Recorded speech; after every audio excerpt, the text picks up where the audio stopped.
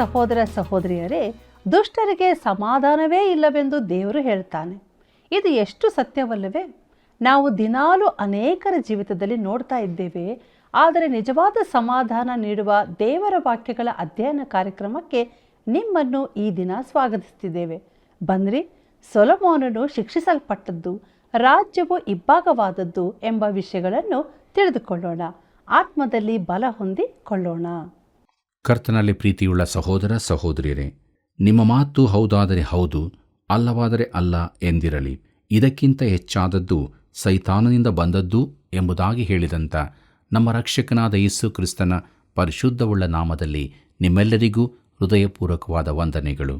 ಪ್ರಿಯರೇ, ಇಂದಿನ ನಮ್ಮ ಅಧ್ಯಯನದಲ್ಲಿ ಸೊಲೊಮೋನನು ಶಿಕ್ಷಿಸಲ್ಪಟ್ಟದ್ದು ಎಂಬ ವಿಚಾರದೊಂದಿಗೆ ಪ್ರಾರಂಭಿಸೋಣ. ಪ್ರಿಯರೇ, ಈಗ ಸೊಲೊಮೋನನ ಆಳ್ವಿಕೆಯ ಅಂತ್ಯಭಾಗಕ್ಕೆ ನಾವು ಬರುತ್ತಿದ್ದೇವೆ. ದೇವರು ಅವನ ಜೀವಿತದಲ್ಲಿ ತೊಂದರೆಗಳನ್ನು ಎಬ್ಬಿಸಿದನು. ಯೆಶಾಯನ ಪ್ರವಾದನೆ ಗ್ರಂಥ 57ನೇ ಅಧ್ಯಾಯ 21ನೇ ವಚನ ಹೇಳುತ್ತದೆ, ದುಷ್ಟರಿಗೆ ಸಮಾಧಾನವೇ ಇಲ್ಲವೆಂದು ದೇವರು ಹೇಳುತ್ತಾನೆ ಎಂಬುದಾಗಿ. ಪ್ರಿಯರೇ, ಸೊಲೊಮೋನನು ಬೇಕಾದಷ್ಟು ಸಮಾಧಾನದ ಸ್ಥಿತಿಯನ್ನು ಅನುಭವಿಸಿದ್ದನು. ಈಗ ಅವನ ಆಳ್ವಿಕೆಯಲ್ಲಿ ಮೊದಲನೇ ಯುದ್ಧವು ಎದುರಾಯಿತು. 1ನೇ ಅರಸರುಗಳು 11ನೇ ಅಧ್ಯಾಯ 14ನೇ ವಚನವನ್ನು ಗಮನಿಸಿರಿ. ಅಲ್ಲಿ ಹೀಗೆ ನೋಡುತ್ತೇವೆ, ಯೆಹೋವನು ಏದೋಮ್ಯನೂ ರಾಜಪುತ್ರನೂ ಆದ ಹದದನನ್ನು ಸೊಲೊಮೋನನಿಗೆ ವಿರೋಧವಾಗಿ ಏಳಮಾಡಿದನು ಎಂಬುದಾಗಿ. ಪ್ರಿಯರೇ, ಈಗ ನಾವು ಯಾರೊಬ್ಬಾಮನ ಪರಿಚಯ ಹೊಂದುತ್ತೇವೆ. 1ನೇ ಅರಸರುಗಳು 11ನೇ ಅಧ್ಯಾಯ 26ನೇ ವಚನದಿಂದ 28ನೇ ವಚನದವರೆಗೆ ಗಮನಿಸಿರಿ. ಅಲ್ಲಿ ಹೀಗೆ ಬರೆದದೆ, ಅರಸನಾದ ಸೊಲೊಮೋನನಿಗೆ ವಿರೋಧವಾಗಿ ಎದ್ದವರಲ್ಲಿ ಅವನ ಸೇವಕನು ಚರೇದ ಊರಿನ ಎಫ್ರಾಯಿಮನಾದ ನೇಬಾಟನ ಮಗನೂ ಆಗಿದ್ದ ಯಾರೊಬ್ಬಾಮನೆಂಬವನು, ಮತ್ತೊಬ್ಬನು ಚೇರೂಗಳೆಂಬ ವಿಧವೆಯು ಅವನ ತಾಯಿ. ಅವನು ತಿರುಗಿ ಬಿದ್ದದು ಹೇಗೆಂದರೆ, ಸೊಲೊಮೋನನು ಮಿಲ್ಲೋ ಕೋಟೆಯನ್ನು ಕಟ್ಟಿಸಿ ತನ್ನ ತಂದೆಯಾದ ದಾವೀದನ ಪಟ್ಟಣದ ದುರ್ಬಲ ಸ್ಥಳವನ್ನು ಭದ್ರಪಡಿಸುತ್ತಿರುವಾಗ ಯೌವನಸ್ಥನಾದ ಯಾರೊಬ್ಬಾಮನು ಬಹು ಸಾಮರ್ಥ್ಯದಿಂದ ಕೆಲಸ ಮಾಡುತ್ತಿರುವುದನ್ನು ಕಂಡು ಅವನನ್ನು ಯೋಸೇಫರ ಎಲ್ಲ ಆಳುಗಳ ಮೇಲೆ ಮೇಸ್ತ್ರಿಯನ್ನಾಗಿ ನೇಮಿಸಿದನು ಎಂಬುದಾಗಿ. ಕರ್ತನಲ್ಲಿ ಪ್ರಿಯರೇ, ಯಾರೊಬ್ಬಾಮನು ಒಬ್ಬ ಸೇವಕನ ಮಗನಾಗಿದ್ದರೂ ಅವನು ವಿಶೇಷ ಸಾಮರ್ಥ್ಯಗಳನ್ನು ಹೊಂದಿದವನೆಂಬುದನ್ನು ಸೊಲೊಮೋನನು ಗುರುತಿಸಿದನು. ಆದ್ದರಿಂದ ಸೊಲೊಮೋನನು ಅವನನ್ನು ಉನ್ನತ ಸ್ಥಾನಕ್ಕೇರಿಸಿ ತನ್ನ ಆಳುಗಳ ಮೇಲೆ ಮೇಸ್ತ್ರಿಯನ್ನಾಗಿ ನೇಮಿಸಿದನು. 1ನೇ ಅರಸರುಗಳು 11ನೇ ಅಧ್ಯಾಯ 29ನೇ ವಚನದಿಂದ 32ನೇ ವಚನದವರೆಗೆ ಗಮನಿಸೋಣ. ಅಲ್ಲಿ ಹೀಗೆ ಬರೆದದೆ, ಒಂದು ದಿವಸ ಯಾರೊಬ್ಬಾಮನು ಯೆರೂಸಲೇಮಿನಿಂದ ಎಲ್ಲಿಗೋ ಹೋಗುತ್ತಿರುವಾಗ ಅಡವಿಯಲ್ಲಿ ಶಿಲೋವಿನವನಾದ ಅಹೀಯನೆಂಬ ಒಬ್ಬ ಪ್ರವಾದಿಯು ಅವನಿಗೆ ಎದುರಾದನು. ಇವನು ಹೊಸ ಬಟ್ಟೆಯನ್ನು ಹೊದ್ದುಕೊಂಡಿದ್ದನು. ಅಲ್ಲಿ ಇವರಿಬ್ಬರ ಹೊರತಾಗಿ ಬೇರೆ ಯಾರೂ ಇರಲಿಲ್ಲ. ಆಗ ಅಹೀಯನು ತಾನು ಹೊದ್ದುಕೊಂಡಿದ್ದ ಹೊಸ ಬಟ್ಟೆಯನ್ನು ತೆಗೆದುಕೊಂಡು ಅದನ್ನು ಹರಿದು 12 ತುಂಡು ಮಾಡಿ ಯಾರೊಬ್ಬಾಮನಿಗೆ, ನೀನು ಇವುಗಳಲ್ಲಿ 10 ತುಂಡುಗಳನ್ನು ತೆಗೆದುಕೋ. ಇಸ್ರಾಯೇಲ್ ದೇವರಾದ ಯೆಹೋವನು ರಾಜ್ಯವನ್ನು ಸೊಲೊಮೋನನಿಂದ ಕಿತ್ತುಕೊಂಡು ತನ್ನ ಸೇವಕನಾದ ದಾವೀದನ ನಿಮಿತ್ತವಾಗಿ ತಾನು ಇಸ್ರಾಯೇಲ್ಯರ ಎಲ್ಲಾ ಕುಲಗಳಿಂದ ಆರಿಸಿಕೊಂಡ ಯೆರೂಸಲೇಮ್ ಪಟ್ಟಣದ ನಿಮಿತ್ತವಾಗಿಯೂ ಅವನಿಗೆ ಒಂದೇ ಕುಲವನ್ನು ಉಳಿಸಿ ಬೇರೆ 10 ಕುಲಗಳನ್ನು ನಿನಗೆ ಕೊಡುತ್ತೇನೆಂದು ಹೇಳಿದ್ದಾನೆ ಎಂಬುದಾಗಿ. ಕರ್ತನಲ್ಲಿ ಪ್ರಿಯರೇ, ಅಹೀಯನು ಹೊಸ ಬಟ್ಟೆಯನ್ನು ತೆಗೆದುಕೊಂಡು 12 ತುಂಡುಗಳನ್ನಾಗಿ ಮಾಡಿದನು. ಅದರಲ್ಲಿ 10 ತುಂಡುಗಳನ್ನು ಯಾರೊಬ್ಬಾಮನಿಗೆ ಕೊಟ್ಟು, ದೇವರು ನಿನಗೆ 10 ಕುಲಗಳನ್ನು ಕೊಡುತ್ತಾನೆ ಎಂದು ಹೇಳಿದನು. ಪ್ರಿಯರೇ, ಮುಂದಕ್ಕೆ ದೇಶವು ಇಬ್ಬಾಗವಾಗಲಿದೆ. ದೇವರ ಇಸ್ರಾಯೇಲ್ಯರನ್ನು 2 ಭಾಗವಾಗಿ ಮಾಡಿದ್ದೇಕೆ? 1ನೇ ಅರಸರುಗಳು 11ನೇ ಅಧ್ಯಾಯ 33ನೇ ವಚನವನ್ನು ಗಮನಿಸಿರಿ. ಅಲ್ಲಿ ಹೀಗೆ ನೋಡುತ್ತೇವೆ, ಇದಲ್ಲದೆ ಆತನು ನಿನಗೆ, ಸೊಲೊಮೋನನು ಅವನ ಮನೆಯವರು ನನ್ನನ್ನು ಬಿಟ್ಟು ಚೀದೋನ್ಯರ ದೇವತೆಯಾದ ಅಷ್ಟೋರೆತ್, ಮೋವಾಬ್ಯರ ದೇವತೆಯಾದ ಕೆಮೋಷ್, ಅಮ್ಮೋನಿಯರ ದೇವತೆಯಾದ ಮಿಲ್ಕೋಮ್ ಇವುಗಳನ್ನು ಆರಾಧಿಸಿದ್ದು, ಅವರ ತಂದೆಯಾದ ದಾವೀದನು ನನ್ನ ನೇಮ ವಿಧಿಗಳನ್ನು ಕೈಕೊಂಡು ನನ್ನನ್ನು ಮೆಚ್ಚಿಸಿ ನಡೆದಂತೆ ಅವರು ನಡೆಯದೇ ಹೋದದ್ದು ಇದಕ್ಕೆ ಕಾರಣ ಎಂಬುದಾಗಿ. ಪ್ರೀತಿಯುಳ್ಳ ದೇವಜನರೇ, ಪ್ರವಾದಿಯು ತನ್ನ ಸಂದೇಶವನ್ನು ಮುಂದುವರಿಸುತ್ತಾನೆ. ದಾವೀದನ ನಿಮಿತ್ತವಾಗಿ ದೇವರು ಪೂರ್ತಿ ರಾಜ್ಯವನ್ನು ಸೊಲೊಮೋನನಿಂದ ಕಿತ್ತುಕೊಳ್ಳುವುದಿಲ್ಲ. ಸೊಲೊಮೋನನ ಮಗನ ಕೈಯಿಂದ ಅದನ್ನು ಕಿತ್ತುಕೊಂಡು ಅದರಲ್ಲಿ 10 ಕುಲಗಳನ್ನು ಯಾರೊಬ್ಬಾಮನಿಗೆ ಕೊಡುತ್ತಾನೆ. ಇದಾದ ಬಳಿಕ ಯಾರೊಬ್ಬಾಮನು ತಪ್ಪಿಸಿಕೊಂಡು ಓಡಿ ಹೋಗುತ್ತಾನೆ. 1ನೇ ಅರಸರುಗಳು 11ನೇ ಅಧ್ಯಾಯ 40ನೇ ವಚನವನ್ನು ಗಮನಿಸಿರಿ. ಅಲ್ಲಿ ಹೀಗೆ ಬರೆದದೆ, ಸೊಲೊಮೋನನು ಯಾರೊಬ್ಬಾಮನನ್ನು ಕೊಲ್ಲುವುದಕ್ಕೆ ಪ್ರಯತ್ನಿಸಿದಾಗ ಅವನು ತಪ್ಪಿಸಿಕೊಂಡು ಐಗುಪ್ತದ ಅರಸನಾದ ಶೀಶಕನ ಬಳಿಗೆ ಹೋಗಿ ಸೊಲೊಮೋನನು ಜೀವದಿಂದಿರುವವರೆಗೆ ಅಲ್ಲಿಯೇ ಇದ್ದನು ಎಂಬುದಾಗಿ. ಪ್ರೀತಿಯುಳ್ಳ ದೇವಜನರೇ, ಮುಂದಕ್ಕೆ ನಾವು ನೋಡುತ್ತೇವೆ ಸೊಲೊಮೋನನ ಮರಣ ಎಂಬುದಾಗಿ. 1ನೇ ಅರಸರುಗಳು 11ನೇ ಅಧ್ಯಾಯ 41ನೇ ವಚನದಿಂದ 43ನೇ ವಚನದವರೆಗೆ ಗಮನಿಸಿರಿ. ಅಲ್ಲಿ ಹೀಗೆ ಬರೆದದೆ: ಸೊಲೊಮೋನನ ಉಳಿದ ಎಲ್ಲಾ ಕೃತ್ಯಗಳನ್ನು, ಅವನ ಜ್ಞಾನವನ್ನು ಕುರಿತು ಸೊಲೊಮೋನನ ಚರಿತ್ರ ಎಂಬ ಗ್ರಂಥದಲ್ಲಿ ಬರೆದಿರುತ್ತದೆ. ಅವನು ಯೆರೂಸಲೇಮಿನಲ್ಲಿದ್ದುಕೊಂಡು ಎಲ್ಲ ಇಸ್ರಾಯೇಲ್ಯರನ್ನು 40 ವರ್ಷ ಆಳಿದ ನಂತರ ಪಿತೃಗಳ ಬಳಿಗೆ ಸೇರಿದನು. ಅವನ ಶವವನ್ನು ತಂದೆಯಾದ ದಾವೀದನ ಪಟ್ಟಣದಲ್ಲಿ ಸಮಾಧಿ ಮಾಡಿದರು. ಅವನಿಗೆ ಬದಲಾಗಿ ಅವನ ಮಗನಾದ ರೆಹಬ್ಬಾಮನು ಅರಸನಾದನು ಎಂಬುದಾಗಿ. ಪ್ರೀತಿಯುಳ್ಳ ದೇವಜನರೇ, 1ನೇ ಹಾಗೂ 2ನೇ ಪೂರ್ವಕಾಲ ವೃತ್ತಾಂತದಲ್ಲಿ ಸೊಲೊಮೋನನ ಕುರಿತು ಇನ್ನೂ ಹೆಚ್ಚಾಗಿ ತಿಳಿಯುತ್ತೇವೆ. ಅವನು ವರ್ಣರಂಜಿತನಾದ ಅರಸನಾಗಿದ್ದನು. ಈ ಲೋಕದ ಐಶ್ವರ್ಯವನ್ನು ಅಪಾರವಾಗಿ ಸಂಗ್ರಹಿಸಿದ್ದನು. ಅವನ ರಾಜ್ಯದಲ್ಲಿ ಎಲ್ಲ ಕಡೆಯೂ ಐಶ್ವರ್ಯ, ಸಮೃದ್ಧಿ, ಅಭಿವೃದ್ಧಿಗಳು ತುಂಬಿದ್ದವು. ಕರ್ತನಾದ ಯೇಸುವು ಸೊಲೊಮೋನನ ವೈಭವದ ಕುರಿತಾಗಿ ಹೊಸ ಒಡಂಬಡಿಕೆಯಲ್ಲಿ ಹೇಳಿದ್ದಾನೆ. ಅವನ ರಾಜ್ಯದಲ್ಲಿ ಲೌಕಿಕವಾದ ವೈಭವ ತುಂಬಿತ್ತು. ಪ್ರೀತಿಯುಳ್ಳ ದೇವಜನರೇ, ಮುಂದಕ್ಕೆ ನಾವು 1ನೇ ಅರಸರುಗಳು ಪುಸ್ತಕದ 12ರಿಂದ 14ನೇ ಅಧ್ಯಾಯದ ಧ್ಯಾನಕ್ಕಾಗಿ ಮುನ್ನಡೆಯೋಣ. ಇದರ ಮುಖ್ಯ ಪ್ರಸ್ತಾಪ ಯಾರೊಬ್ಬಾಮ ರೆಹಬ್ಬಾಮರಿಂದ ರಾಜ್ಯ ಇಬ್ಬಾಗವಾದದ್ದು ಎಂಬುದಾಗಿದೆ. ಪ್ರಿಯರೇ, ಸೊಲೊಮೋನನು ಸಾಯುತ್ತಾನೆ. ಅವನ ಮಗನಾದ ರೆಹಬ್ಬಾಮನು ಪಟ್ಟಕ್ಕೆ ಬರುತ್ತಾನೆ. 1ನೇ ಅರಸರುಗಳು 12ನೇ ಅಧ್ಯಾಯ ಮೊದಲಿನ 5 ವಚನಗಳನ್ನು ಗಮನಿಸಿರಿ. ಅಲ್ಲಿ ನಾವು ಹೀಗೆ ನೋಡುತ್ತೇವೆ: ರೆಹಬ್ಬಾಮನು ಶೇಕೆಮಿಗೆ ಹೋದನು. ಅಲ್ಲಿ ಎಲ್ಲ ಇಸ್ರಾಯೇಲ್ಯರು ಅವನನ್ನು ಅರಸನನ್ನಾಗಿ ಮಾಡುವುದಕ್ಕೆ ಕೂಡಿ ಬಂದಿದ್ದರು. ಇದಲ್ಲದೆ ಅರಸನಾದ ಸೊಲೊಮೋನನಿಗೆ ತಪ್ಪಿಸಿಕೊಂಡು ಐಗುಪ್ತಕ್ಕೆ ಓಡಿ ಹೋಗಿದ್ದ ನೇಬಾಟನ ಮಗನಾದ ಯಾರೊಬ್ಬಾಮನನ್ನು ಕರೆಸಿಕೊಂಡಿದ್ದರು.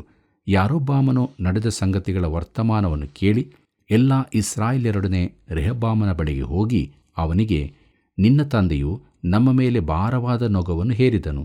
ನಿನ್ನ ತಂದೆಯು ನೇಮಿಸಿದ ಬಿಟ್ಟೀ ಕೆಲಸವನ್ನು ನೀನು ಕಡಿಮೆ ಮಾಡಿ ನಮ್ಮ ಮೇಲಿರುವ ಭಾರವಾದ ನೊಗವನ್ನು ಹಗುರ ಮಾಡುವುದಾದರೆ ನಾವು ನಿನ್ನನ್ನೇ ಸೇವಿಸುವೆವು ಎಂದು ಹೇಳಲು ಅವನು, ನೀವು ಈಗ 3 ದಿನಗಳಾದ ನಂತರ ತಿರುಗಿ ಬನ್ನಿರಿ ಎಂದು ಉತ್ತರ ಕೊಟ್ಟನು. ಜನರು ಹೋದರು ಎಂಬುದಾಗಿ.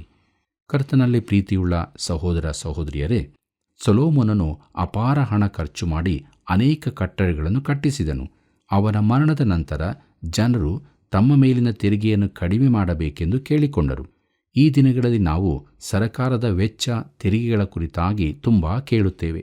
ತೆರಿಗೆಗಳು ಯಾಕೆ ಇಷ್ಟು ಹೆಚ್ಚಾಗಿವೆ ಎಂದು ತಿಳಿಯಬೇಕಾದರೆ ನೀವು ಯಾವುದಾದರೂ ರಾಜಧಾನಿಗೆ ಹೋಗಿ ತಿಳಿಯಬೇಕು. ಸರಕಾರವೆಂದರೆ ಅದು ಕೊಬ್ಬಿದ ಕರುವೇ ಆಗಿದೆ. ಅದು ಹಣ ವೆಚ್ಚ ಮಾಡಿ ಅನೇಕ ಕಟ್ಟಡಗಳನ್ನು ಕಟ್ಟುತ್ತಿರುತ್ತದೆ. ಹಾಗೆ ಖರ್ಚು ಮಾಡಬೇಕಿದ್ದರೆ ಹೆಚ್ಚಿನ ತೆರಿಗೆ ಸಂಗ್ರಹ ಮಾಡಲೇಬೇಕಾಗಿದೆ. ಇದು ಯಾವಾಗಲೂ ತೊಂದರೆದಾಯಕವೇ ಆಗಿದೆ. ಪ್ರಿಯರೇ, ಈಗ ಸಮಸ್ಯೆ ಏನೆಂದರೆ ಅಧಿಕ ತೆರಿಗೆಯೇ. ಸರಕಾರದ ಬೊಕ್ಕಸಕ್ಕೆ ಹಣ ಬೇಕೇ ಆಗಿದೆ. ಹೆಚ್ಚು ಸಮಿತಿಗಳನ್ನು, ಹೆಚ್ಚಿನ ನೌಕರರನ್ನು ಇಟ್ಟುಕೊಳ್ಳಲು ಹೆಚ್ಚಿನ ಕಟ್ಟಡಗಳು ಬೇಕೇ ಬೇಕು. ಬೇಗದಲ್ಲೇ ಇತರ ಎಲ್ಲ ನೌಕರರಿಗಿಂತ ಸರಕಾರಿ ನೌಕರರೇ ಹೆಚ್ಚಾಗಿರುವ ದಿನ ಬರುವುದಕ್ಕಿದೆ. ಇದು ಈಗಿನ ಪರಿಸ್ಥಿತಿಯಾಗಿದೆ. ಪ್ರಿಯರೇ, ಸೊಲೊಮೋನನ ಕಾಲದಲ್ಲೂ ಇದೇ ಪರಿಸ್ಥಿತಿ ಇತ್ತು. ಅವನು ಕಟ್ಟಡಗಳನ್ನು ಕಟ್ಟುತ್ತಾ ಹೋದನು ಮತ್ತು ಅದಕ್ಕೆ ಬೇಕಾದ ಹಣಕ್ಕೋಸ್ಕರ ತೆರಿಗೆಯನ್ನು ಹೆಚ್ಚಿಸಿದನು. ಜನರು ರೆಹಬ್ಬಾಮನೊಡನೆ ತೆರಿಗೆಗಳನ್ನು ಕಡಿಮೆ ಮಾಡಬೇಕೆಂದು ಕೇಳಿಕೊಂಡರು. ಈ ಯುವಕ ರಾಜನಿಗೆ ತೆರಿಗೆಗಳನ್ನು ಇಳಿಸಿ ಪ್ರಿಯನಾಗುವ ಒಂದು ಸದವಕಾಶವಿತ್ತು. ಅವನು ಆ ರೀತಿ ಮಾಡುತ್ತಿದ್ದರೆ ಜನರೆಲ್ಲರೂ ಅವನನ್ನೇ ಹಿಂಬಾಲಿಸುತ್ತಿದ್ದರು. ಅಧಿಕಾರದ ಸ್ಥಾನಕ್ಕೆ ಆರಿಸಲ್ಪಟ್ಟು ಸರಕಾರ ನೌಕರರ ಸಂಖ್ಯೆಯಲ್ಲಿ ಅರ್ಧದಷ್ಟನ್ನು ಕಡಿತಗೊಳಿಸುವ ಧೈರ್ಯ ಯಾರಿಗಿದೆ? ಆ ರೀತಿ ಮಾಡಿ ತೆರಿಗೆಗಳನ್ನು ಇಳಿಸುವುದಾದರೆ ಅಂಥವನು ಜನಮನ್ನಣೆ ಗಳಿಸಬಹುದು. ಆದರೆ ಈ ಹೆಜ್ಜೆ ತೆಗೆದುಕೊಳ್ಳಲು ನಾಯಕರು ಭಯಪಡುತ್ತಾರೆ. ಪ್ರಿಯರೇ, ರೆಹಬ್ಬಾಮನು ತನ್ನ ಮಂತ್ರಿಗಳ ಸಭೆ ಕರೆಯುತ್ತಾನೆ. 1ನೇ ಅರಸರುಗಳು 12ನೇ ಅಧ್ಯಾಯ 6 ಮತ್ತು 7ನೇ ವಚನವನ್ನು ಗಮನಿಸಿರಿ. ಅಲ್ಲಿ ನಾವು ಹೀಗೆ ನೋಡುತ್ತೇವೆ: ಆಗ ಅರಸನಾದ ರೆಹಬ್ಬಾಮನು ತನ್ನ ತಂದೆಯಾದ ಸೊಲೊಮೋನನ ಕಾಲದಲ್ಲಿ ಮಂತ್ರಿಗಳಾಗಿದ್ದ ಹಿರಿಯರನ್ನು ಕೂಡಿಸಿ ತಾನು ಜನರಿಗೆ ಕೊಡತಕ್ಕ ಉತ್ತರದ ವಿಷಯದಲ್ಲಿ ಅವರ ಆಲೋಚನೆಯನ್ನು ಕೇಳಿದನು. ಅವರು ಅವನಿಗೆ, ನೀನು ಇವತ್ತು ಈ ಜನರ ಮಾತನ್ನು ಕೇಳಿ ಅವರಿಗೆ ಒಳಗಾಗಿ ಒಳ್ಳೆಯ ಉತ್ತರ ಕೊಡುವುದಾದರೆ ಅವರು ಯಾವಾಗಲೂ ನಿನಗೆ ಒಳಗಾಗಿರುವವರು ಅಂದರು ಎಂಬುದಾಗಿ. ಪ್ರೀತಿಯುಳ್ಳ ದೇವಜನರೇ, ಸೊಲೊಮೋನನ ಕಾಲದಲ್ಲಿ ಮಂತ್ರಿಗಳಾಗಿದ್ದ ಹಿರಿಯರನ್ನು ರೆಹಬ್ಬಾಮನು ಮೊದಲಿಗೆ ಕೇಳಿದನು. ಅವರ ಸಲಹೆ ಉತ್ತಮವಾದದ್ದಾಗಿತ್ತು, ಆದರೆ ರೆಹಬ್ಬಾಮನು ಅದನ್ನು ತಿರಸ್ಕರಿಸಿದನು. 1ನೇ ಅರಸರುಗಳು 12ನೇ ಅಧ್ಯಾಯ 8ನೇ ವಚನದಿಂದ 11ನೇ ವಚನದವರೆಗೆ ನೋಡೋಣ. ಅಲ್ಲಿ ಹೀಗೆ ಬರೆದದೆ: ಆದರೆ ಅವನು ಹಿರಿಯರ ಆಲೋಚನೆಯನ್ನು ನಿರಾಕರಿಸಿ ತನ್ನ ಸಂಗಡ ಬೆಳೆದು ತನ್ನ ಮಂತ್ರಿಗಳಾದ ಯವನಸ್ಥರನ್ನು ಕರೆಯಿಸಿ, ನನ್ನ ತಂದೆಯು ಹೇರಿದ ನೊಗವನ್ನು ಹಗುರ ಮಾಡಬೇಕೆಂದು ಬೇಡಿಕೊಳ್ಳುವ ಈ ಜನರಿಗೆ ಯಾವ ಉತ್ತರವನ್ನು ಕೊಡತಕ್ಕದ್ದು? ಈ ವಿಷಯದಲ್ಲಿ ನಿಮ್ಮ ಆಲೋಚನೆ ಏನು ಎಂದು ಕೇಳಲು, ಅವರು ಅವನಿಗೆ, ನಿನ್ನ ತಂದೆಯು ನಮ್ಮ ಮೇಲೆ ಹೇರಿರುವ ನೊಗವನ್ನು ಹಗುರ ಮಾಡು ಎಂಬುದಾಗಿ ನಿನ್ನನ್ನು ಬೇಡಿಕೊಂಡ ಜನರಿಗೆ ನೀನು, ನನ್ನ ತಂದೆಯ ನಡುವಿಗಿಂತ ನನ್ನ ಕಿರಿಬೆರಳು ದಪ್ಪವಾಗಿದೆ. ನನ್ನ ತಂದೆಯು ನಿಮ್ಮ ಮೇಲೆ ಭಾರವಾದ ನೊಗವನ್ನು ಹಾಕಿರುವುದು ನಿಜ, ಆದರೆ ನಾನು ಅದಕ್ಕೆ ಇನ್ನೂ ಹೆಚ್ಚಿನ ಭಾರವನ್ನು ಕೂಡಿಸುತ್ತೇನೆ. ಅವನು ನಿಮ್ಮನ್ನು ಬಾರೂಕೋಲುಗಳಿಂದ ಹೊಡೆದದ್ದು ನಿಜ, ನಾನಾದರೂ ನಿಮ್ಮನ್ನು ಮುಳ್ಳು ಕೊರಡೆಗಳಿಂದ ದಂಡಿಸುವೆನು ಎಂಬುದಾಗಿ ಹೇಳಬೇಕು ಎಂದು ಉತ್ತರ ಕೊಟ್ಟನು ಎಂಬುದಾಗಿ. ಪ್ರೀತಿಯುಳ್ಳ ದೇವಜನರೇ, ಅವನು ಬಳಿಕ ತನ್ನ ಜೊತೆಯಲ್ಲಿ ಬೆಳೆದಿದ್ದ ಯವನಸ್ಥರನ್ನು ಕೇಳಿದನು. ಅವರು ಕೊಟ್ಟ ಸಲಹೆ ಮೂರ್ಖತನದಾಗಿತ್ತು. ಮುಂದಕ್ಕೆ ನಾವು ನೋಡೋಣ. 1ನೇ ಅರಸರುಗಳು 12ನೇ ಅಧ್ಯಾಯ 12ನೇ ವಚನದಿಂದ 15ನೇ ವಚನದವರೆಗೆ. ಅಲ್ಲಿ ಹೀಗೆ ಬರೆದದೆ: ಯಾರೊಬ್ಬಾಮನು ಎಲ್ಲಾ ಜನರು ಅರಸನಾದ ರೆಹಬ್ಬಾಮನ ಅಪ್ಪಣೆಯಂತೆ 3ನೇ ದಿನದಲ್ಲಿ ತಿರುಗಿ ಅವನ ಬಳಿಗೆ ಬಂದರು. ಅರಸನು ಅವರಿಗೆ ಕಠಿಣವಾದ ಉತ್ತರವನ್ನು ಕೊಟ್ಟನು. ಅವರು ಹಿರಿಯರ ಆಲೋಚನೆಯನ್ನು ನಿರಾಕರಿಸಿ ಯವನಸ್ಥರ ಆಲೋಚನೆಗನುಸಾರವಾಗಿ ಜನರಿಗೆ, ನನ್ನ ತಂದೆಯು ನಿಮ್ಮ ಮೇಲೆ ಭಾರವಾದ ನೊಗವನ್ನು ಹೇರಿರುವುದು ನಿಜ, ಆದರೆ ನಾನು ಅದಕ್ಕೆ ಇನ್ನೂ ಹೆಚ್ಚಿನ ಭಾರವನ್ನು ಕೂಡಿಸುವೆನು. ಅವನು ನಿಮ್ಮನ್ನು ಬಾರೂಕೋಲುಗಳಿಂದ ಹೊಡೆದದ್ದು ನಿಜ, ನಾನಾದರೂ ಮುಳ್ಳು ಕೊರಡೆಗಳಿಂದ ದಂಡಿಸುವೆನು ಎಂದು ನುಡಿದನು.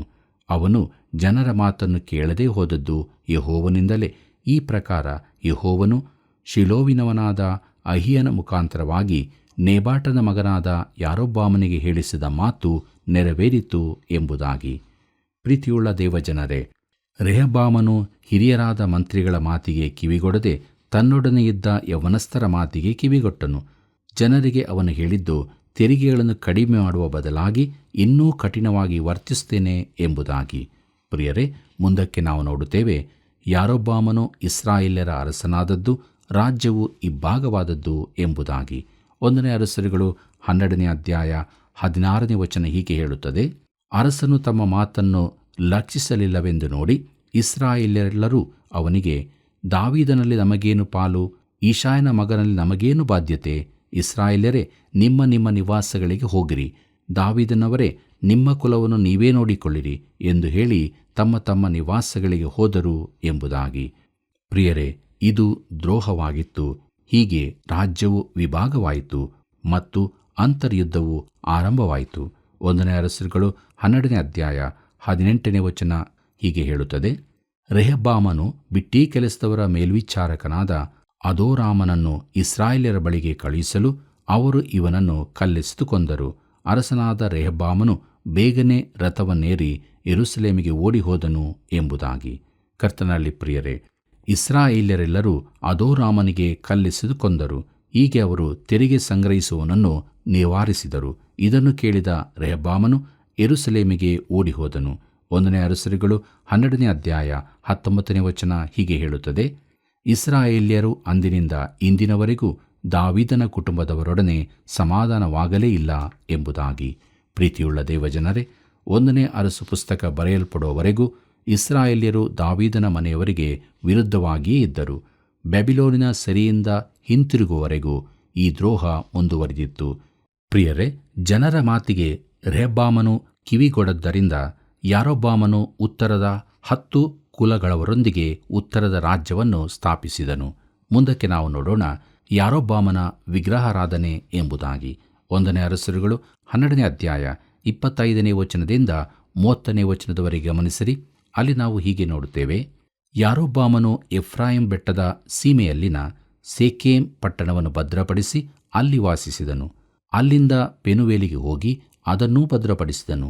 ಅವನು ತನ್ನ ಮನಸ್ಸಿನಲ್ಲಿ, ರಾಜ್ಯವು ತಿರುಗಿ ದಾವೀದನ ಕುಟುಂಬದವರಿಗೆ ಆಗುವುದೋ ಏನೋ, ಜನರು ಯೆರೂಸಲೇಮಿನಲ್ಲಿರುವ ಯೆಹೋವನ ಆಲಯಕ್ಕೆ ಯಜ್ಞಾರ್ಪಣೆಗಾಗಿ ಹೋಗುವುದಾದರೆ ಅವರ ಮನಸ್ಸು ಅವರ ಒಡೆಯನು ಯೆಹೂದದ ಅರಸನೂ ಆದ ರೆಹಬ್ಬಾಮನ ಕಡೆಗೆ ತಿರುಗಿತು.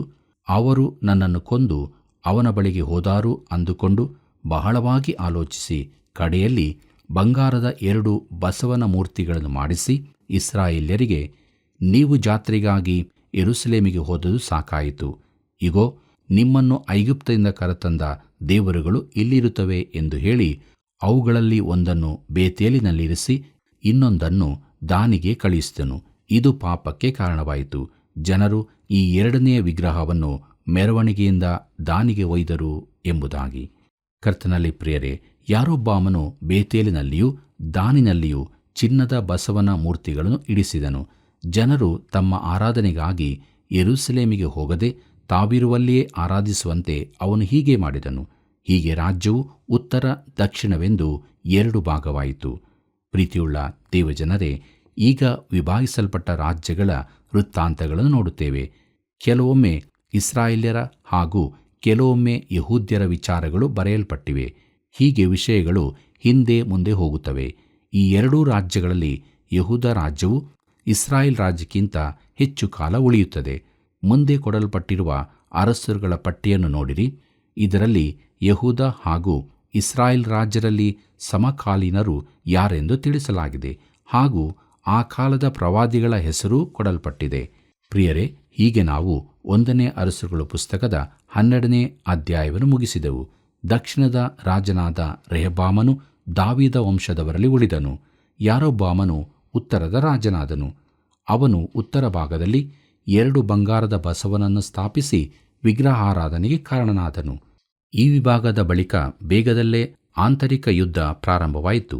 ಉತ್ತರ ರಾಜ್ಯದವರು ಸೆರೆಗೆ ಹೋಗುವವರೆಗೆ ಈ ಯುದ್ಧಗಳು ಮುಂದುವರಿದವು. ಮುಂದೆ ದಕ್ಷಿಣದ ರಾಜ್ಯವು ಸೆರೆಗೆ ಹೋಗುವುದನ್ನು ನೋಡುತ್ತೇವೆ. ಇಸ್ರಾಯೇಲ್ ಜನಾಂಗದ ಚರಿತ್ರೆಯಲ್ಲಿ ಇದು ಒಂದು ದುಃಖಕರವಾದ ಸಮಯ. ನಮಗೂ ನಮ್ಮ ಸರಕಾರಗಳಿಗೂ ಕಲಿಯತಕ್ಕ ಅನೇಕ ಪಾಠಗಳು ಇದರಲ್ಲಿರುತ್ತವೆ. ಪ್ರೀತಿಯುಳ್ಳ ದೇವಜನರೇ, ಮುಂದಕ್ಕೆ ನಾವು 1ನೇ ಅರಸರುಗಳ ಪುಸ್ತಕದ 13 ಮತ್ತು 14ನೇ ಅಧ್ಯಾಯಗಳು ಇದರ ಧ್ಯಾನಕ್ಕೆ ಬಂದಿದ್ದೇವೆ. ಯಾರೊಬ್ಬಾಮನ ಸುಳ್ಳು ಯಜ್ಞವೇದ ಕುರಿತಾದ ದೇವರ ದಂಡನೆಯನ್ನು, ಸಹಪ್ರವಾದಿಯಿಂದ ವಂಚಿಸಲ್ಪಟ್ಟ ಒಬ್ಬ ದೇವರ ಮನುಷ್ಯನ ಕುರಿತಾಗಿಯೂ 13ನೇ ಅಧ್ಯಾಯದಲ್ಲಿ ನೋಡಲಿಕ್ಕಿದ್ದೇವೆ. ಪ್ರಿಯರೇ, ಯಾರೊಬ್ಬಾಮನ ದ್ರೋಹದಿಂದಾಗಿ ರಾಜ್ಯವು ವಿಭಾಗಿಸಲ್ಪಟ್ಟು ಅವನು ಉತ್ತರದ 10 ಕುಲಗಳನ್ನು ತನ್ನೊಂದಿಗೆ ತೆಗೆದುಕೊಂಡು ಇಸ್ರಾಯೇಲ್ ರಾಜ್ಯವನ್ನು ಸ್ಥಾಪಿಸಿದನು. ತನ್ನ ತಂದೆಯಾದ ಸೊಲೊಮೋನನಿಗಿದ್ದಷ್ಟು ಜ್ಞಾನವಾಗಲಿ ಚಾತುರ್ಯವಾಗಲಿ ಇಲ್ಲದ ರೆಹಬ್ಬಾಮನು ರಾಜ್ಯ ವಿಭಾಗವಾಗುವುದಕ್ಕೆ ನಿಜವಾಗಿ ಕಾರಣನಾಗಿದ್ದನು. ಉತ್ತರದ ರಾಜ್ಯವು ಮುಂದೆ ಅಶ್ಶೂರ್ಯರಿಂದ ಸೆರೆಗೆ ಹೋಗುತ್ತದೆ. ದಕ್ಷಿಣದ ರಾಜ್ಯವು ಬ್ಯಾಬಿಲೋನಿಗೆ ಸರಿಯಾಗಿ ಹೋಗುತ್ತದೆ. ಪ್ರಿಯರೇ, ಈ ಮುಂದಿನ ಭಾಗವನ್ನು ಓದುವಾಗ ಒಬ್ಬರ ನಂತರ ಒಬ್ಬರಾಗಿ ಅರಸರ ಕುರಿತಾಗಿ ತಿಳಿಯುವಾಗ ನಮ್ಮಲ್ಲಿ ತುಂಬ ಗಲಿಬಿಲಿಯುಂಟಾಗಬಹುದು. ಈ ರಾಜನು ಉತ್ತರದವನೋ ದಕ್ಷಿಣದವನೋ ಎಂಬ ಸಂಶಯ ಹುಟ್ಟಬಹುದು. ಅರಸರ ಕುರಿತಾಗಿ ಕೊಡಲ್ಪಟ್ಟ ಪಟ್ಟಿಯಲ್ಲಿ ಸರಿಯಾದ ವಿವರ ಇದೆ. ಪ್ರಿಯರೇ, ಒಂದು ಸತ್ಯವೇದ ತರಗತಿಯಲ್ಲಿ ಯಾವಾಗಲೂ ಕೆಲವು ಪ್ರಶ್ನೆಗಳು ಕೇಳಲ್ಪಡುತ್ತಿದ್ದವು.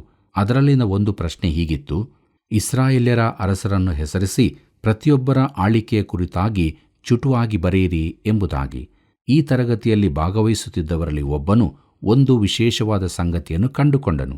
ಅವನು ಅರಸರ ಎಲ್ಲ ಹೆಸರುಗಳನ್ನು ಬಾಯಿಪಾಠ ಮಾಡಿ ಅವರ ಹೆಸರಿನೆದುರಿಗೆ ಕೆಟ್ಟ ಅರಸನು ಎಂಬುದಾಗಿ ಬರೆದರೆ 95% ಮಾರ್ಕು ಸಿಗುತ್ತದೆಂದು. ಪ್ರಿಯರೇ, ಹೊಸ ವಿದ್ಯಾರ್ಥಿಗೆ ಇದಕ್ಕಿಂತ ಹೆಚ್ಚಿನದು ಏನು ಬೇಕಾಗಿದೆ? ಆದ್ದರಿಂದ ಎಲ್ಲರೂ ಹಾಗೆಯೇ ಮಾಡುತ್ತಿದ್ದರು. ಉತ್ತರದ ರಾಜ್ಯದ ಎಲ್ಲ ಅರಸರು ಕೆಟ್ಟವರೇ ಆಗಿದ್ದಾರೆಂದು ನೋಡುತ್ತೇವೆ. ಅವರಲ್ಲಿ ಯಾರೂ ಒಳ್ಳೆಯವರಿರಲಿಲ್ಲ. ದಕ್ಷಿಣ ರಾಜ್ಯದಲ್ಲಿ 200 ವರ್ಷಗಳ ಅವಧಿಯಲ್ಲಿ 8 ಮಂದಿ ರಾಜರಿದ್ದರು. ಅವರನ್ನು ಒಳ್ಳೆಯವರೆಂದು ಹೇಳಬಹುದಿತ್ತು. ಇಸ್ರಾಯೇಲ್ಯರ ಚರಿತ್ರೆಯಲ್ಲಿ ಇದು ಒಂದು ಕಪ್ಪು ಚುಕ್ಕೆಯಾಗಿತ್ತು.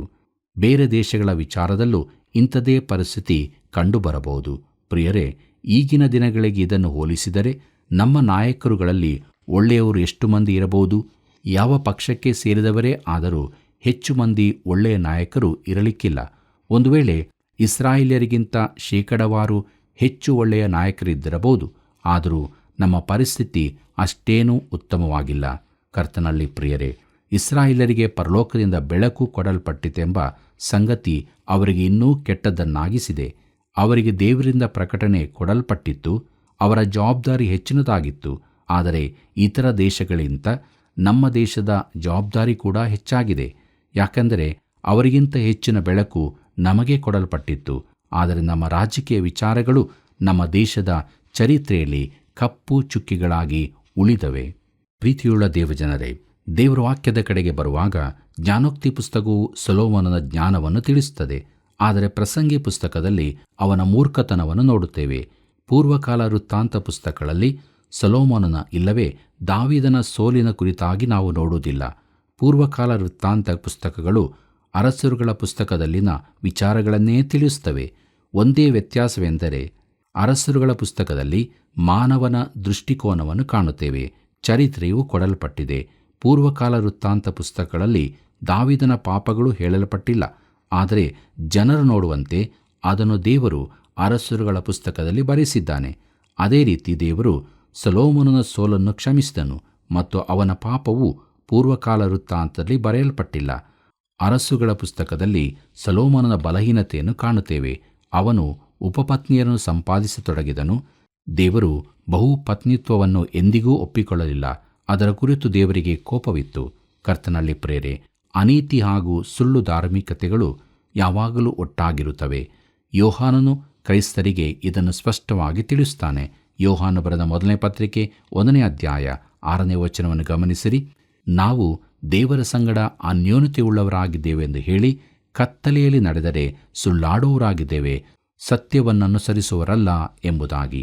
ಪ್ರೀತಿಯುಳ್ಳ ದೇವಜನರೇ, ನಿಮ್ಮನ್ನು ನೀವೇ ಮೋಸಪಡಿಸಿಕೊಳ್ಳಬೇಡಿರಿ. ಪಾಪದಲ್ಲಿ ನೀವು ಜೀವಿಸುವುದಾದರೆ ದೇವರನ್ನು ಸೇವಿಸಲಾರಿರಿ, ಆತನೊಂದಿಗೆ ಅನ್ಯೋನ್ಯತೆಯನ್ನು ಹೊಂದಲಾರಿರಿ. ನಿಮ್ಮ ಸುತ್ತಲಿರುವವರನ್ನು ನೀವು ಮೋಸಪಡಿಸಬಹುದು. ಪಾಪದಲ್ಲಿ ಜೀವಿಸುತ್ತಿರುವ ಕ್ರೈಸ್ತ ನಾಯಕರಿರುವುದು ದುರದೃಷ್ಟಕರವಾದದ್ದು. ಅವರು ಅನೀತಿವಂತರೆಂಬುದು ತಿಳಿದು ಬಂದಿದೆ. ಆದರೂ ಜನರು ಅವರನ್ನು ಬೆಂಬಲಿಸುತ್ತಾರೆ. ಯಾಕೆಂದು ನನಗೆ ತಿಳಿಯುವುದಿಲ್ಲ. ಅವರು ದೇವರನ್ನು ಮೋಸಪಡಿಸಲಾರರು. ದೇವರೊಂದಿಗೆ ಖಂಡಿತವಾಗಿ ಅವರಿಗೆ ಅನ್ಯೋನ್ಯತೆ ಇರುವುದಿಲ್ಲ. ಕರ್ತನಲ್ಲಿ ಪ್ರಿಯರೇ, ಸೊಲೊಮೋನನು ಸೋಲಿಗೊಳಗಾದವನಾಗಿದ್ದನು. ಸತ್ಯವೇದದಲ್ಲಿ ಅತ್ಯುತ್ತಮ ಸಾಮರ್ಥ್ಯ ಹಾಗೂ ಸದಾವಕಾಶಗಳಿದ್ದ ಇಬ್ಬರಿದ್ದಾರೆ. ಒಬ್ಬನು ಸಂಸೋನನು, ಇನ್ನೊಬ್ಬನು ಸೊಲೊಮೋನನು. ಆದರೆ ಇಬ್ಬರೂ ಕೂಡ ದುರಂತಮಯವಾಗಿ ದೇವರೆದುರು ಸೋತು ಹೋದರು. ಪ್ರಸಂಗಿಯಲ್ಲಿ ಸೊಲೊಮೋನನು ಹೇಳುತ್ತಾನೆ. ಪ್ರಸಂಗಿ ಪುಸ್ತಕ 2ನೇ ಅಧ್ಯಾಯ 17ನೇ ವಚನದಲ್ಲಿ, ಲೋಕ ವ್ಯವಹಾರವು ಕೆಟ್ಟದೆಂದು ನನಗೆ ಕಂಡು ಬಂದದರಿಂದ ಜೀವವೇ ಅಸಹ್ಯವಾಗಿ ತೋರಿತು. ಗಾಳಿಯನ್ನು ಹಿಂದಟ್ಟಿದ ಹಾಗೆ ಸಮಸ್ತವೂ ವ್ಯರ್ಥ ಎಂಬುದಾಗಿ. ಪ್ರಿಯರೇ, ಸೊಲೊಮೋನನ ವೈಭವವು ಬೇಗನೆ ಹೋಗುವಂತಾದು. ಸೊಲೊಮೋನನು ತನ್ನ ಸಕಲ ವೈಭವದಲ್ಲಿರುವಾಗಲೂ ದಾರಿ ಬದಿಯ ಚಿಕ್ಕ ಹೂವಿನ ಅಂದ ಅವನಿಗಿರಲಿಲ್ಲ. ಅದೇ ರೀತಿ ಈ ಲೋಕದ ಐಶ್ವರ್ಯ ಸಾಧನೆಗಳೆಲ್ಲವೂ ಶಾಶ್ವತವಲ್ಲ. ಪ್ರಿಯರೇ, ಸೊಲೊಮೋನನ ಹಿನ್ನೆಲೆ ಕುರಿತಾಗಿ ಈ ಸನ್ನಿವೇಶದಲ್ಲಿ ಒಂದು ಶವ ಸಂಸ್ಕಾರದ ಪ್ರಸಂಗದಂತೆ ಮಾತಾಡಿದ್ದೇನೆ. ಒಂದು ರಾಜ್ಯ ವಿಭಾಗವಾದುದನ್ನು, ಅದು ಕೂಡ ಸೊಲೊಮೋನನ ಪಾಪದ ಕಾರಣದಿಂದಾಗಿ ನಾವು ನೋಡುತ್ತಿದ್ದೇವೆ. ಪ್ರೀತಿಯುಳ್ಳ ದೇವಜನರೇ, ಮುಂದಿನ ಕಾರ್ಯಕ್ರಮದಲ್ಲಿ ನಾವು ಯಾರೊಬ್ಬಾಮನ ಸುಳ್ಳು ವೇದಿಕೆಗಳಿಗೆ ವಿರುದ್ಧವಾದ ಪ್ರವಾದನೆ ಎಂಬ ವಿಚಾರವನ್ನು ನೋಡಲಿಕ್ಕಿದ್ದೇವೆ. ಪ್ರಿಯರೇ, ದೇವರು ನಮ್ಮ ಸಂಗಡ ತನ್ನ ವಾಕ್ಯದಲ್ಲಿ ಮಾತನಾಡಿದ್ದನ್ನು ನೆನಪು ಮಾಡಿಕೊಳ್ಳೋಣ. ನಾವು ಯಾವಾಗಲೂ ಲೋಕ ವ್ಯವಹಾರಗಳಲ್ಲಿ ನಮ್ಮನ್ನು ಸಿಕ್ಕಿಸಿಕೊಳ್ಳದೆ ದೇವರಿಗೆ ವಿಧೇಯರಾಗಿ ದೇವರ ವಾಕ್ಯವನ್ನು ಕೈಕೊಂಡು ಜೀವಿಸೋಣ. ಈಗಾಗುವಂತೆ ದೇವರು ತಾನು ನಮಗೆ ಸಹಾಯ ಮಾಡಿ ನಡೆಸಲಿ. ಕರ್ತನ ಕೃಪೆಯು ಸದಾ ನಿಮ್ಮ ಸಂಗಡ ಇರಲಿ. ಪ್ರಿಯರೇ, ಸೊಲೊಮೋನನ ಜೀವಿತವು ಕಡೆಯಲ್ಲಿ ಎಷ್ಟೊಂದು ದುಃಖಕರವಾದಿತ್ತಲ್ಲವೇ? ದೇವರ ಆಜ್ಞೆಗಳಿಗೆ ಅವಿಧೇಯರಾದ ಪ್ರತಿಯೊಬ್ಬರ ಜೀವಿತ ಹೀಗೆ ಇರ್ತದೆ. ಆದುದರಿಂದ ದೇವರು ತನ್ನ ವಾಕ್ಯದ ಮೂಲಕ ನಮ್ಮ ಸಂಗಡ ಮಾತಾಡುವಾಗ ನಾವು ವಿಧೇಯರಾಗೋಣ.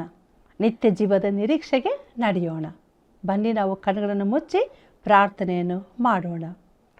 ಪರಿಶುದ್ಧನಾದ ಪರಲೋಕದಲ್ಲಿರುವ ತಂದೆಯಾದ ದೇವರೇ, ಪರಿಶುದ್ಧತೆಯ ಜೀವಿತ ಎಷ್ಟು ಪ್ರಾಮುಖ್ಯವಾದದ್ದು ಎಂಬುದಾಗಿ ಸೊಲೊಮೋನನ ಜೀವಿತದ ಮೂಲಕ ನಮಗೆ ತಿಳಿಯಪಡಿಸಿದ್ದಿ.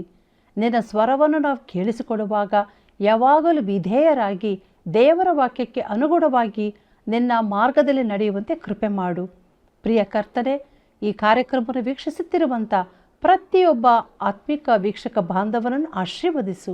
ದೈಹಿಕವಾಗಿ ಅವರು ಬೆಳೆದಂತೆ ಸುಖ, ಶಾಂತಿ, ಸಮಾಧಾನವನ್ನು ಕೊಟ್ಟು ನಡೆಸುವಾಗ ಆತ್ಮಿಕವಾಗಿ ಕೂಡ ನಿನ್ನ ಮಾರ್ಗದಲ್ಲಿ ನಿನ್ನ ವಾಕ್ಯವನ್ನು ರುಚಿ ನೋಡಿ ನಿನಗೆ ವಿಧೇಯರಾಗಿ ಜೀವಿಸುವಂತೆ ಕೃಪೆ ಮಾಡು.